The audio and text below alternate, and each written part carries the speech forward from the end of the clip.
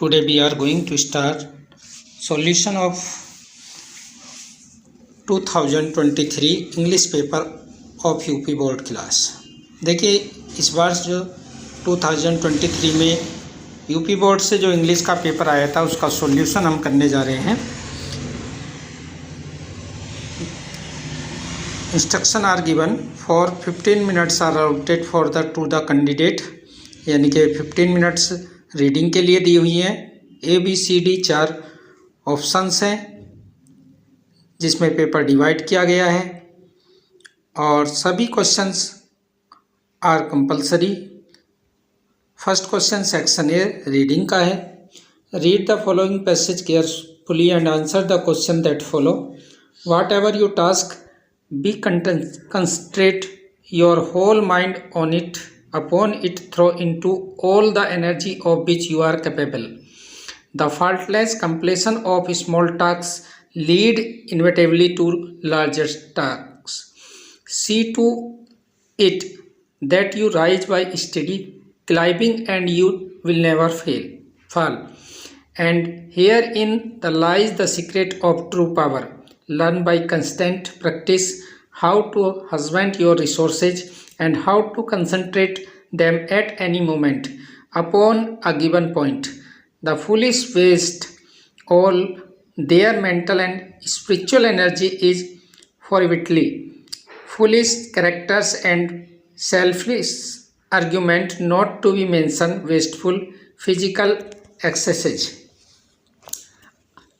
Unseen waste question, unseen paragraph based question, कुछ question से दिए गए हैं और ईच क्वेश्चन है 3 marks. How should be do our task, हमें अपना टास्क कैसे करना चाहिए।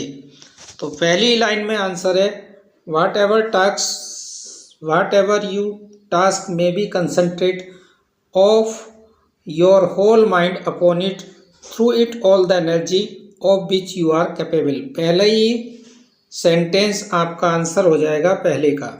तो पहले का आंसर आ गया वाट एवर योर टास्क में be concentrate your whole mind upon it throw into all the energy of which you are capable, जिसके तुम सामर्थ्यवान हो।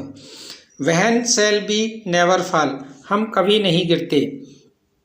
कब नहीं गिरते तो देखिए ध्यान से, यहाँ पर आंसर लिखा हुआ है faultless completion of small task leads inevitably to largest task, यानी कि छोटा छोटा कंप्लीशन जो बिना त्रुटि के हो एक बड़े टास्क की ओर ले जाता है।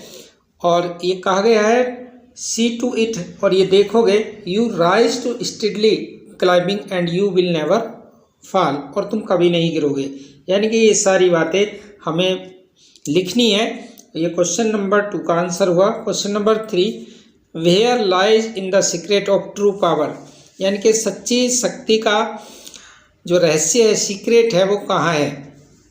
Learn by constant practice how to husband your resources to be concentrate them at any moment upon a given point. ये जो क्या है, ये सब सीक्रेट ऑफ ट्रू पावर है यहाँ से। और learn by constant practice how to husband your resources and concentrate them at any moment upon a given point. This is the secret of true power. ये आपका क्वेश्चन नंबर 3 का answer हो जाएगा। आगे बढ़ते हैं।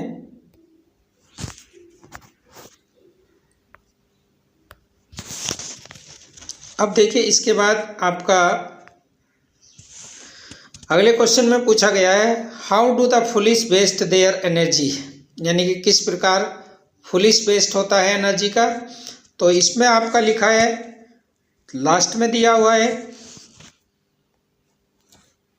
Eight any moment upon a given point. ये तो अब यहाँ से लिखा हुआ है the foolish waste all their mental and spiritual energy in forwardly foolish chatter, यानी कि जब हम कोई फुलिश चैटर करते हैं, बेकार की बातें करते हैं, मूर्खतापूर्ण सेल्फिश आर्ग्यूमेंट करते हैं, not to mention wasteful physical excesses. तो ये चीज़ें आपकी फिजिकल एनर्जी स्पिरिचुअल एनर्जी को वेस्ट करती हैं।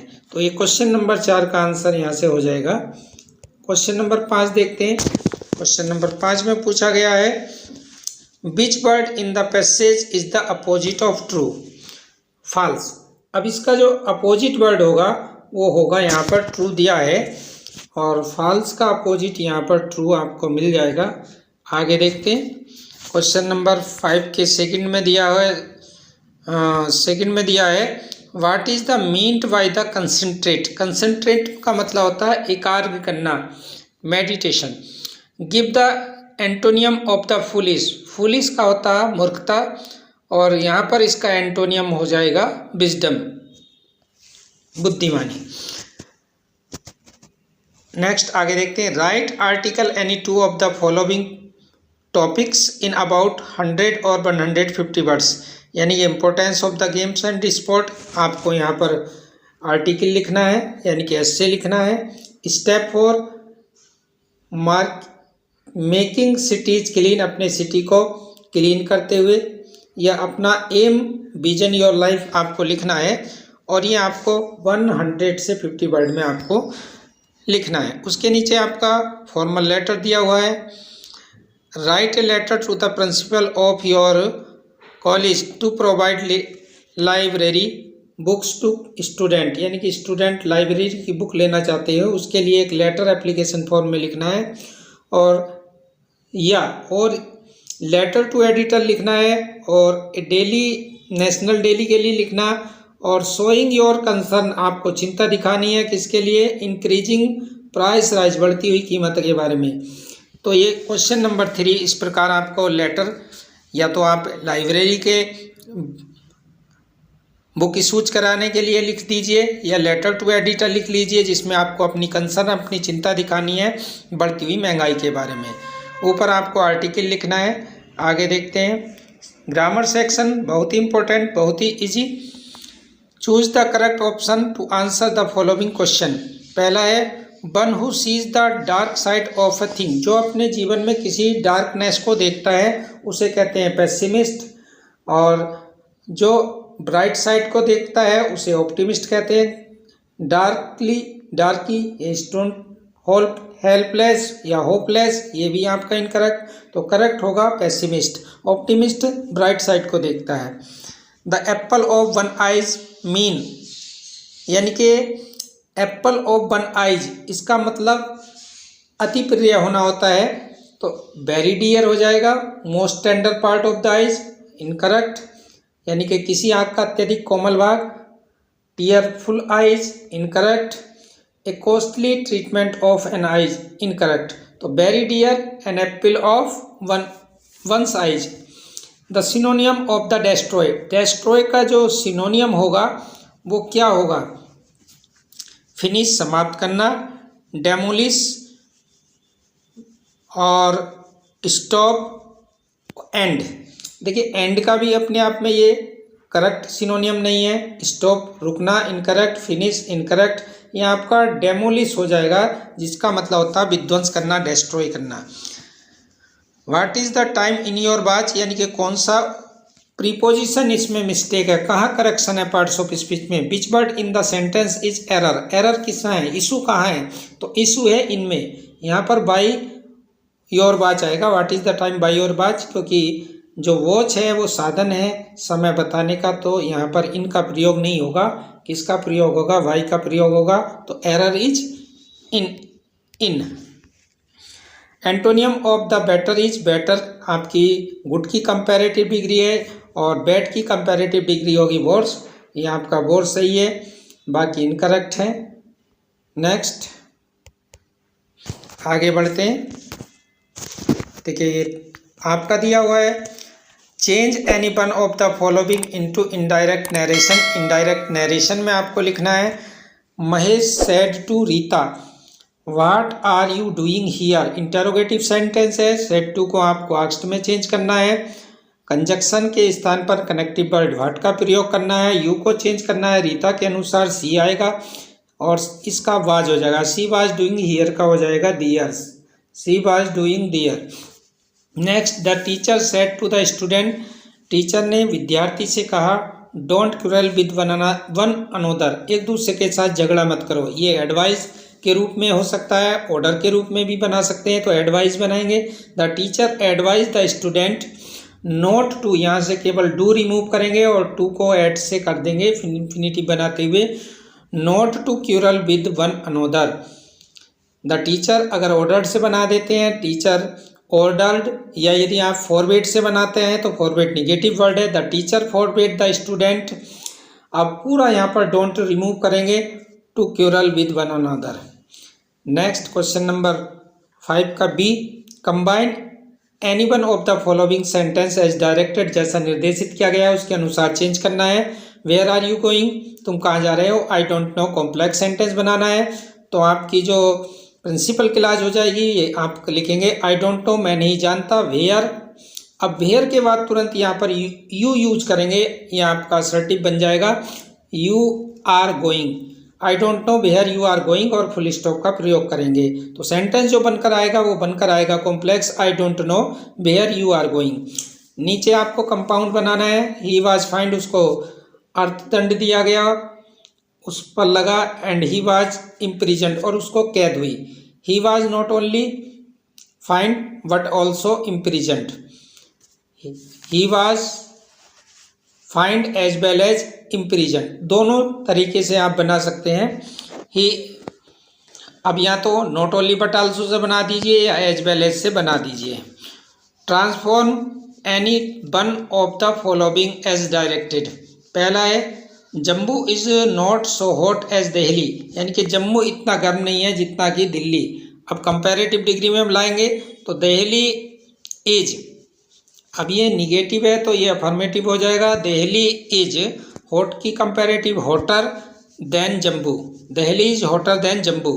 हु कैन डू इट, इसको कौन कर सकता है, वेरी इजी पैसिव है, तो बाई हुम इट, बाई हुम इट, अब इट से पहले हम मॉडल वर्ब लाएंगे कैन, बाई हुम कैन इट बी डन, तो ये बनेगा बाई हुम, किसके द्वारा, कैन, उसके बाद इट लगाएंगे और उसके बाद बी डन, थर्ड फॉर्म में समाप्त होगा। आगे देखते हैं, करेक्शन करना है, correct any one of the following sentence, निम्नलिखित सेंटेंस को आप करेक्ट करना है। There are large number of girls in the school, अब यहाँ देयर आर ऑटोमेटिक ही आ रहा है क्योंकि बहुत सारे नंबर हैं गर्ल्स के, संख्या अधिक है, तो यहाँ आर का प्रयोग कर देंगे, एम का नहीं होगा। दूसरा, he is tired of, tired के बाद ऑफ का प्रयोग होगा, डूइंग दिस वर्क, यानी कि पहले में आर का यूज होगा, दूसरे में ऑफ का यूज होगा, 2 नंबर आपके पक्के। Use any 3 of the following pairs of the words in your own sentence to make the difference in their meaning. Ideal का मतलब होता है लेजी, निठल्ला, और दूसरा आइडियल का मतलब आदर्श, अपने वाक्य में यूज करना है। पहले का मतलब है बर्थ, जन्म, और दूसरा का बर्थ का मतलब साइका, रेलवे की सीट, इसको भी आप अपने सेंटेंस में यूज कर सकते हैं। अब उस्मान हमारे देश के एक प्रसिद्ध योद्धा हुए, ये सेंटेंस आपको बनाना है और इसकी ट्रांसलेशन आपको नीचे अगले पार्ट में दे दी जाएगी। अगला पोर्शन यदि हम देखते हैं तो बहुत ही अच्छे क्वेश्चन है आपके। Answer any one of the following question in about 80 words, 80 words में आपको आंसर देना है एनी वन का। What did Douglas decide to overcome his fear of water, यानी कि पानी के डर से विजय पाने का डगलस ने निश्चय क्या किया। Describe the plight of the rag pickers as depict, depict का मतलब चित्रित किया गया है in the lesson lost spring. Lost spring में जैसा ही चित्रित किया गया है रैक पिकर्स का जो प्लाइट दर्द है उसको डेस्क्राइब करना है, किस प्रकार मुकेश और साहिब आलम फेस करते हैं प्रॉब्लम्स का, गरीबी के कारण रैक पिकिंग करते हैं। और दूसरा, कार ड्राइवर बनना चाहता है लेकिन बेंगल्स मेकर बना रहता है, उसका सपना पूरा नहीं होता। तो ये सारे उनके प्लाइट्स को आप यहाँ पर लिखेंगे। यहाँ पर डगलस ने कैसे पानी पर अपनी स्विमिंग पर सीखा, उस पर विजय प्राप्त की, इसके बारे में 80 वर्ड्स लिखेंगे। दूसरा आपका ए thing of beauty is for Joy, यहाँ से आपकी पोयम है, इस पोयम को कंप्लीट करेंगे। पहला क्वेश्चन पूछा गया है what does the poet feel about A thing of beauty. A thing of beauty के बारे में कवि क्या सोचता है? कवि कहता है ए thing of beauty is Joy for ever, यानी कि कोई सुंदरता की वस्तु हमेशा के लिए आनंद की वस्तु होती है और इसका जो लवलीनेस है वो इंक्रीज होता है, वो कभी घटता नहीं है। और दूसरा है what does the mean by it will never pass into nothing, यानी कि कोई भी अच्छी चीज़ है वो नथिंगनेस में कभी नहीं जाती है और जैसे ही जैसे बार बार व्यक्ति देखते हैं तो उसका जो इंक्रीजमेंट है, लवलीनेस है, वो इंक्रीज होती है। What in the sense a thing of beauty is for ever, क्योंकि a thing of beauty has permanent joy last long impression, तो ये इसका मीनिंग हो जाएगा।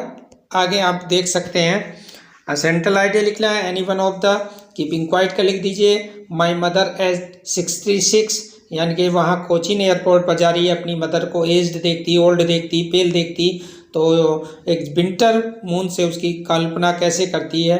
और आंट जेनिफर किस प्रकार अपने इस भौतिक जगत में अपने जो बेंडिंग रिंग है उसका किस प्रकार उसको बोझ सी प्रतीत होती है, उसकी सांसारिक जीवन में कैसे फेस करती है, जबकि चीते जो उसके बुन रही है, नीटिंग कर रही है, उस पर वो प्रसन्नचित है और फ्रीडम है उन्हें, लेकिन जेनिफर की फ्रीडम नहीं है। तो इसका डिस्क्रिप्शन यहाँ पर आप करेंगे। आगे हु वाज हाना, हाना सदाओ की पत्नी थी, डॉक्टर थे। हाउ डिड हाना मीट सदाओ, जापानी डॉक्टर है, अमेरिका में पढ़ाई की, दोनों डॉक्टर हैं, तो वो कैसे मिली? अमेरिका में मिली, दोनों मेडिकल प्रोफेशन में थे। Describe the environment of Antarctica, Antarctica का एनवायरनमेंट लिखना। जियोफ ग्रीन वहाँ पर एक प्रोग्राम के तहत गया, उसका डिस्क्रिप्शन यहाँ पर करना। What was the third level, third level क्या था। वेयर वाज इट सिचुएटेड, ये कहाँ स्थित था, इसको करना है। या फिर what was the astrologers prediction about the tigers king death, यानी कि टाइगर किंग्स के डेथ के बारे में जो एस्ट्रोलॉजर था जोशी, उसकी क्या प्रेडिक्शन थी, यानी कि उसकी क्या भविष्यवाणी थी। यानी कि बी में से दोनों में से एक करना या ए में से दोनों में से एक करना और आपको 40 वर्ड्स में करना और प्रत्येक अंक 4 मार्क्स का है। नेक्स्ट आगे answer any one of the following question about 80 words, 80 words में करना है यहाँ पर। How did doctor Sadao save the life of the American war prisoner and how did Hana help in doing so, यानी कि इस part की summary को लिखना है। हाना उनकी पत्नी थी, डॉक्टर थी और सदाव भी डॉक्टर थे, अमेरिका से पढ़कर आए और किस प्रकार उसने अपने अमेरिकन जो प्रिजनर था, जो कैदी था, उसकी सहायता की। Who was the Sam Weiner, कौन था, और उसने what did he write in his letter to Charley, और चार्ली के लिए पत्र लिखा, उसमें क्या लिखा ये भी आपको करना है।